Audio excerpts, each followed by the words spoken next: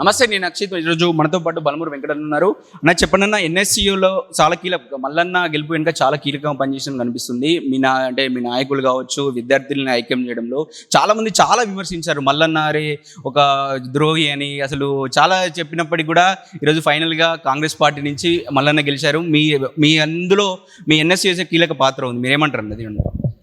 ఏదైతే సంబంధించి తీన్మార్ మల్లన్న గారు గత 10 సంవత్సరాలుగా వారు చేసిన పోరాటాన్ని చూసి తప్పనిసరిగా ఏదైతే ప్రభుత్వ ఏర్పాటులో వారిది కూడా క్రియాశీలక పాత్ర ఉంది, ఒక జర్నలిస్ట్గా ఆయన ప్రశ్నించిన తీరు కానీ, సో దాన్ని ఉద్దేశించి కాంగ్రెస్ పార్టీ ఎమ్మెల్సీ అభ్యర్థిగా ఆయనకి మ్యాండేట్ ఇవ్వడం జరిగింది. సో కాంగ్రెస్ పార్టీ విద్యార్థి విభాగ రాష్ట్ర అధ్యక్షునిగా, దాంతోపాటు కాంగ్రెస్ పార్టీకి నికార్సైన కార్యకర్తగా, కాంగ్రెస్ పార్టీ ఎవరైతే బీఫామ్ ఇచ్చిన క్యాండిడేట్ని గెలిపించుకోవాల్సిన బాధ్యత మాపైన ఉంది కాబట్టి ఆ బాధ్యత మేరకు ముఖ్యంగా ఏదైతే గ్రాడ్యుయేట్ ఎలక్షన్స్లో క్రియాశీలక పాత్ర పోషించిన వ్యక్తులం మేము. ఎందుకంటే వీళ్ళందరితోటి సాన్నిహిత్య సంబంధం ఉన్న వ్యక్తులము, ఏదైతే సంబంధించి ఉద్యోగులు కానివ్వండి, యువకులు కానివ్వండి. సో వారిని ఐక్యం చేసి మల్లన్నని గెలిపించాలని చెప్పి మొదటి రోజుకెళ్ళి కూడా దృఢ సంకల్పంతో అనేక మీటింగ్స్ కూడా పెట్టడం జరిగింది.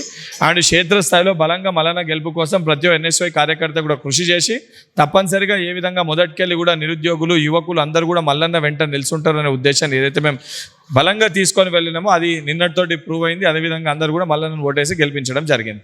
ఒకటన్నా ప్రధానంగా గ్రాడ్యుయేట్ అయ్యిండు కూడా ఓట్లు సరిగా వేయనటువంటి పరిస్థితి. వాళ్ళు ఐ లవ్ యూ మల్లన్న అని చెప్పేసి, మిలిషియర్ మల్లన్న అని చెప్పి డిఫరెంట్ రాసిపోయిన మల్లన్న చెప్తున్నారు. అదే 30,000 ఓట్లు ఈరోజు మల్లన్నకు పడి ఉంటే ఈజీగా ఫస్ట్ రౌండ్లోనే గెలిచేవారు. కాకపోతే ఇప్పుడు సెకండ్ రౌండ్ తర్వాత ఈ స్టేజ్కి వెళ్ళింది. ఒక 3 రోజులు పట్టింది కౌంటింగ్. ఏదన్నా కూడా గ్రాడ్యుయేట్స్కి అంటే వాళ్ళకి తెలియదు అని అనడం మనం తప్పవుతుంది. ఎందుకనంటే ఫస్ట్ టైం ఓటర్స్ కాబట్టి ఆ ఓటింగ్ ప్రాసెస్ ఏ విధంగా ఉంటుందో నార్మల్ ఓటింగ్కి, గ్రాడ్యుయేట్ ఎలక్షన్స్కి, ఈవీఎం ఓటింగ్కి, బ్యాలెట్ ఓటింగ్కి డిఫరెన్షియేషన్ ఉంటుంది కాబట్టి దానిపైన అవగాహన కల్పించడంలో మనసొంటి ఏదైతే రాజకీయ పార్టీలుగా మేము కానివ్వండి, ఎలక్షన్ కమిషన్ కానివ్వండి, ఇంకా దానిపైన ఇంకొంచెం ఎక్కువ అవగాహన కల్పించాల్సిన బాధ్యత గల పదవిలో ఉన్న మనందరిపైన ఉంటుంది. మీ పైన, మా పైన, మనందరిపైన. అది కల్పించడంలో ఎక్కడో లోపమైంది కాబట్టి ఇటువంటి రిపీట్ అయినా అట్లీస్ట్ నెక్స్ట్ టైం ఇటువంటి ఎలక్షన్స్లో అది రిపీట్ కాకుండా మనం అందరం కూడా ఆ రకంగా పనిచేయాలని చెప్పి కోరుకుంటాం. చూస్తుంటే మీకు చాలా అసలు కాంగ్రెస్ పార్టీ అసలు ఎక్కడ లేదు. 4,400 సీట్లు వస్తాయని చెప్పి బీజేపీ చెప్పినప్పటికీ నార్త్లో అసలు బీజేపీ ప్రభావం తగ్గిందని అంటారు. మీరు దీనిపైన ఏమంటారు?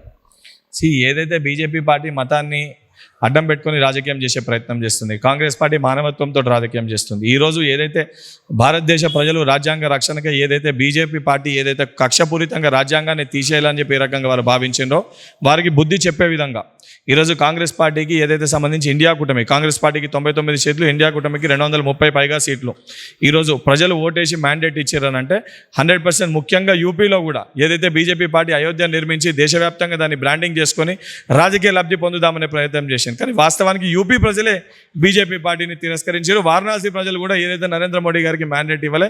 సరే, ఈరోజు బీజేపీ పార్టీ తాత్కాలికంగా కొన్ని ఓట్లతోటి ఎన్డీఏ ఏదైతే ఇతర పార్టీలతోటి కలిసి ప్రభుత్వం ఫామ్ చేసిందేమో, రాబోయే రోజుల్లో ఏదైతే వీరు చేసే ప్రయత్నాలు కూడా పూర్తిగా మట్టుకొట్టుకపోయి ఏదైతే రాహుల్ గాంధీ గారిని అతి త్వరలో ప్రధానమంత్రిగా చూడబోతున్నాం. బీఆర్ఎస్ పార్టీ ప్రధానంగా అధికారంలో ఉన్నప్పుడు వాళ్ళే ఒక ఎజెండాగా నడిపినారు, వాళ్ళే ఒక అధికారంలో ఉన్న దాన్ని చూపెట్టారు. కానీ ఇప్పుడు మాత్రం ఇప్పుడు లోక్సభ ఎలక్షన్లో మాత్రం ప్రభావం 0కు మారిపోయింది. అది చూస్తా అంటే మీకు ప్రతిపక్షంగా బీజేపీ నిలిచేటట్టుంది. ఎలా అనుకుంటారు మీరు దీనిపైన? ఏదైతే ఉన్న పరిస్థితులు ఏమున్నాయో సంబంధించి ఇంకా బలంగా ఏదైతే బీజేపీ పార్టీ కానీ లేకపోతే బీఆర్ఎస్ పార్టీ 0 అయిపోయి బీజేపీ పార్టీ ఇక్కడ బలంగా ఉందనంటే, బీజేపీ పార్టీ బీఆర్ఎస్ పార్టీ రెండు వేరే కాదు. బీజేపీ పార్టీ బీఆర్ఎస్ పార్టీ ఒకటేమో భారతీయ జనతా పార్టీ, ఇంకోటి బీఆర్ఎస్ రిస్తదార్ ఏదైతే బీజేపీ రిస్తదార్ సమితి. ఈ రెండు కలిసి కూడా కాంగ్రెస్ పార్టీని ఢీకొనాలని అసెంబ్లీలో కుమ్మక్క టీఆర్ఎస్కి ఓట్లు వేయించారు, పార్లమెంట్లో బీఆర్ఎస్ బీజేపీ కుమ్మక్క బీజేపీకి ఓట్లు వేయించారు. ఏదున్నా మా వెంట ఉన్న ప్రజలు 39% మాకు అసెంబ్లీ సమయంలో ఉండి ఇప్పుడు 41% ఓటింగ్ పర్సెంటేజ్ వచ్చింది. ప్రజలు మా మ్యాండేట్ పెరిగింది. ఏదైతే మా ముఖ్యమంత్రి గారు రిఫరెండం అని చెప్పి వెళ్ళిర్రో ఆ రిఫరెండం ప్రకారం ప్రజల్లో మాకున్న ఏదైతే మన్నన ఇంకా అడిషనల్గా పెరగడం జరిగింది. ఏదైతే ఇంకొంతమందికి ఎవరైతే ఇబ్బందులు ఉన్నాయో ఈ రాబోయే ఈ సంవత్సర కాలం, ఈ 4 సంవత్సరాల పాటు కాలంలో కూడా ఆ సమస్యలన్నీ పరిష్కరించి మా 6 గ్యారంటీలు అమలు చేసి తప్పనిసరిగా రాబోయే 10 సంవత్సరాలు కాంగ్రెస్ పార్టీ అధికారంలో ఉంటుంది. ఉద్యమ పార్టీగా ప్రతి ఒక్కరు కేసీఆర్ కావచ్చు, లేకపోతే ఉద్యమ పార్టీగా బీఆర్ఎస్ పార్టీని అభిమానిస్తూ ఉన్నారు. కాకపోతే ఇలాంటి సిచ్యువేషన్లో ఇంత దారుణమైన పరిస్థితి వస్తుందని ఎవరు అనుకోలేరు. మీరు ఏమనుకుంటారు అంటే ఇలాంటి స్టేజ్లో కేసీఆర్ లేకపోతే బీఆర్ఎస్ పార్టీ పడిపోవడాన్ని? బీఆర్ఎస్ పార్టీ కూడా ఏదైతే ఉద్యమాన్ని అడ్డం పెట్టుకొని తెలంగాణ సెంటిమెంట్స్ తోటి 10 సంవత్సరాలు తెలంగాణ ప్రజల కలలు నెరవేర్చకుండా కేవలం కల్వకుంట్ల కుటుంబం, తన్నీరు కుటుంబం కోసం వారి యొక్క పరిపాలన కొనసాగింది. ఆలస్యమైన ప్రజలు దాన్ని గ్రహించి వీళ్ళు కుటుంబ పాలన చేస్తారు, ప్రజల సంక్షేమం కోసం పాలిస్తలేరు. రేవంత్ రెడ్డి గారు ప్రజల సంక్షేమం కోసము, ప్రజల ఏదైతే సోనియా గాంధీ గారు ఏ కళతోటి కాంక్షతోటి తెలంగాణ రాష్ట్రాన్ని ఇచ్చిర్రో ప్రజలు ఆ కళ నెరవేరాలని చెప్పి కోరుకుర్రో ఆ కళ సాకారం చేయడానికి రేవంత్ రెడ్డి అనే వ్యక్తి పోరాటం చేస్తుండని చెప్పి చూసి కాంగ్రెస్ పార్టీకి ప్రజలు పట్టం కట్టారు. కేవలము కల్వకుంట్ల చంద్రశేఖరరావు గారు ఏ రోజు కూడా తెలంగాణకి వారు చేసింది ఏంటంటే వాళ్ళ కొడుకుని మంత్రి చేసుకోవడం, వాళ్ళ అల్లుని మంత్రి చేసుకోవడం, వాళ్ళ బిడ్డని ఎంపీ చేసుకోవడం, ఎమ్మెల్సీ చేసుకోవడం తప్ప తెలంగాణ ప్రజలకి వారు చేసింది ఏమీ లేదు. మెయిన్గా రైతుల విషయంలో కావచ్చు ప్రధానంగా ఆరోపిస్తూ ఉన్నారు, రైతుల కరెంటు విషయంలో కావచ్చు. వీటిపైన ఏదైతే రేవంత్ రెడ్డి 15వ తారీఖు నేను రుణమాఫీ చేస్తాను ప్లస్ అందరి హామీ ఇచ్చినారో అది చేసే ప్రయత్నాలు జరుగుతున్నాయి ప్రభుత్వంలో. 100% రేవంత్ రెడ్డి గారు చెప్పిన మాట కట్టుబడి ఉంటారు. ఆగస్ట్ 15th వరకు ఏదైతే సంబంధించి రైతులకి ఒక ప్రాపర్ లైన్ పెట్టి ఎవరెవరికి చేయాలో 100% రుణమాఫీ చేయడం జరుగుతుంది.